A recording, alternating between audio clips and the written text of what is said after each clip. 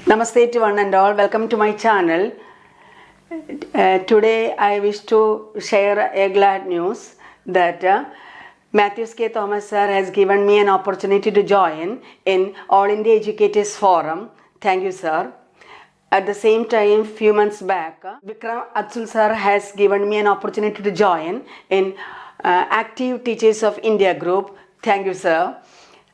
Today I am taking the topic how federalism can be practiced in India, how federalism is practiced in India. The success of federalism depends upon the constitutional provisions. The constitutional provisions are necessary for the success of federalism. At the same time, what is the nature of democratic politics also playing an important role for the success of federalism. At the same time, I want to tell you the politics is the word derived from the polis, P-O-L-I-S word.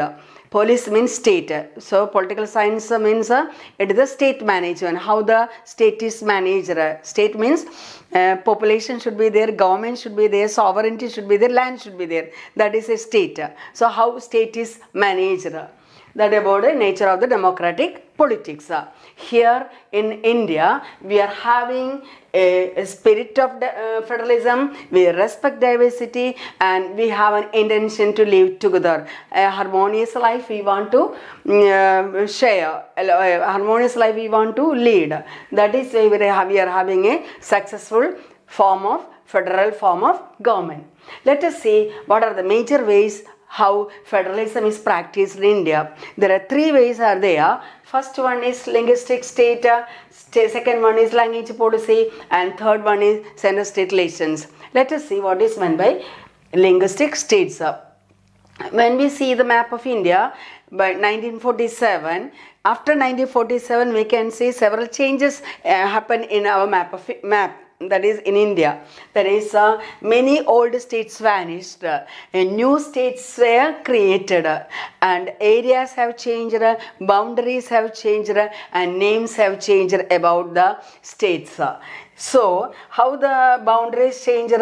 People who spoke the same language lived in the same state. That is how the boundaries changed.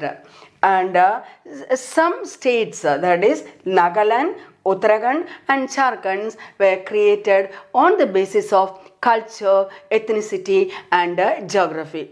Except this, all states are formed on the basis of languages.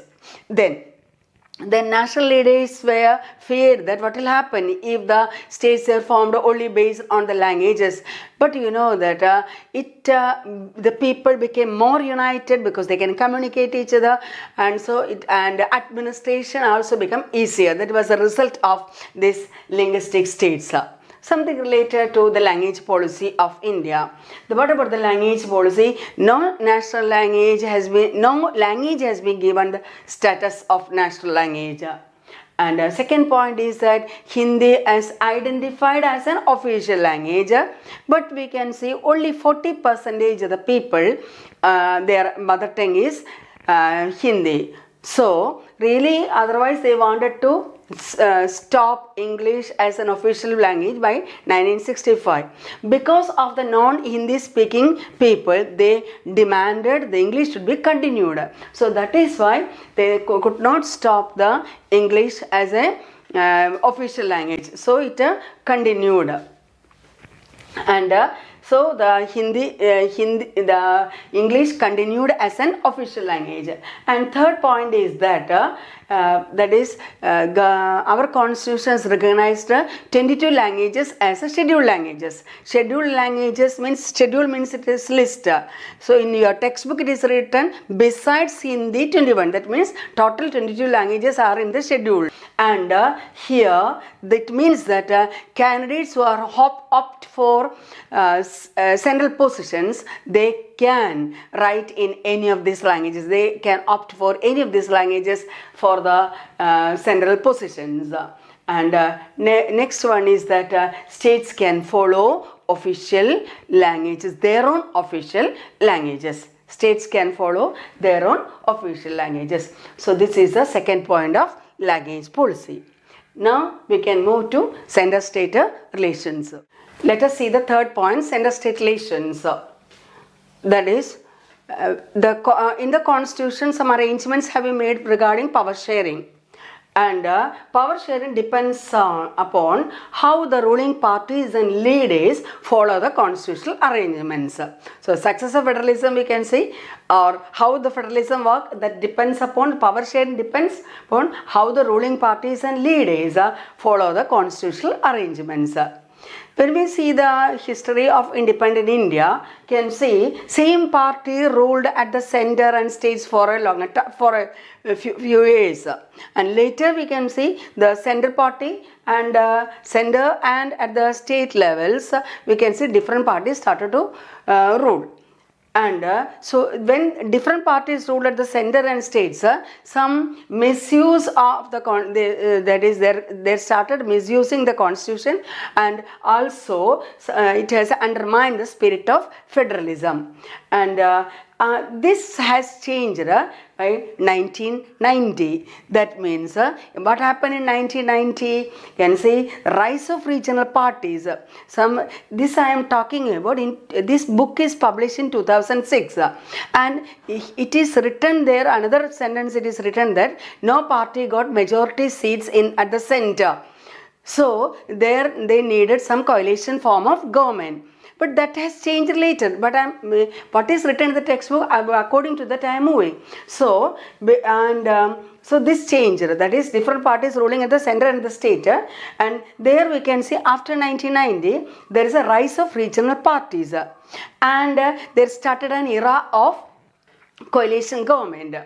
And national parties had to enter into alliance with different parties. Why with many parties? Because no party got majority seat at the national level, at the center. That time, that is till 2006, or later we can see that the changes happened. But that time no party got majority seat at the center. So majority means if there are 500 seats, easier way I am telling, if there are 500 seats at the center in the Lok Sabha, 251 seats it should get, one party should get. But less than that getting, but some party may be the largest party may be there, largest party. 5 or 6 parties may be that. A party which got largest number may not form the majority party. Majority means it should get more than 50% vote. So what the party will do? The party will invite some of the political party, and they will talk about what they will give, or how many departments they will give to that party. So some parties will join with this, and the coalition form of government may be formed. And so the era of coalition government, and they will enter into the alliance with many parties. That is another change has happened. A new culture of power sharing, respect for autonomy of state government. That is the changes that happened after 1990 till 2006. Why I say till 2006? This book was published in 2006. That is why that way you have to write. So I hope you understood what is a center-state relations. Center-state relations. So 3 points. What are they? One is linguistic states, second one is language policy, and third point is center-state relations. And there is another important, another possible point or question is that this trend was supported by page number 21. This trend was supported by major judgments of the Supreme Court that made it difficult for the central government to dismiss state governments in an arbitrary manner. What trend? And then another question can come, thus federal power sharing is more effective today than it was in the early years after the constitution came into force. So, and explain how. So children, you focus on the first line, first few lines, last few lines, in between some important lines they will quote and ask the question. So this is the thing, how federalism can be practiced. I hope you understood. While you learn, thoroughly you learn. Whatever you learn, properly you learn. I am asking you. Don't keep it, okay, next day I will learn. If you are learning one page, that you thoroughly you learn. So for the last time when you are moving to the nearby your examination days, it will be easier for you. I hope you understood. Thank you, children.